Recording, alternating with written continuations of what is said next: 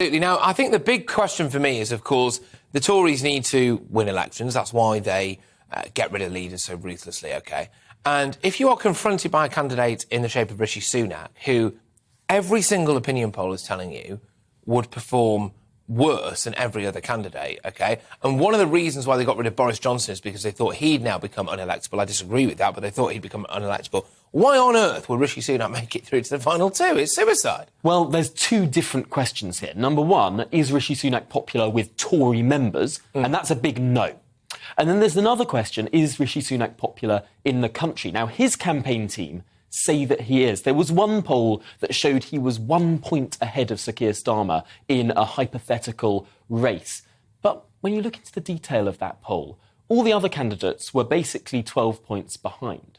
Why was that? There wasn't much difference between any of the other candidates. Then we look at a further poll that came out a couple of days later about name recognition.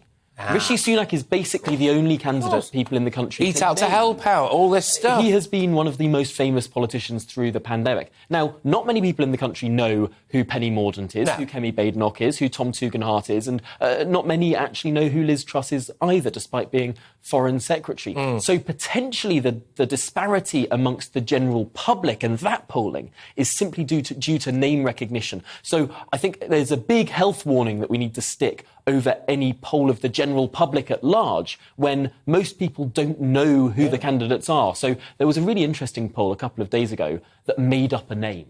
That put a generic name in. Oh, this is... And then you saw how the British public were confidently saying, no, I hate John Smith, standing for the Tory leadership. See, the thing is... And this is a really interesting thing to do. I think every single poll, when it comes to these elections where there are some candidates who are genuinely quite unknown, having a fake name in there sort of sets the test. What would a generic Tory do? Yeah. And that's a really interesting qualifier. Well, I'll tell you what is really interesting is that I do a show, of course, called Friday Night Feast, which is Cheeky Plug, 7 till 9 p.m. This evening.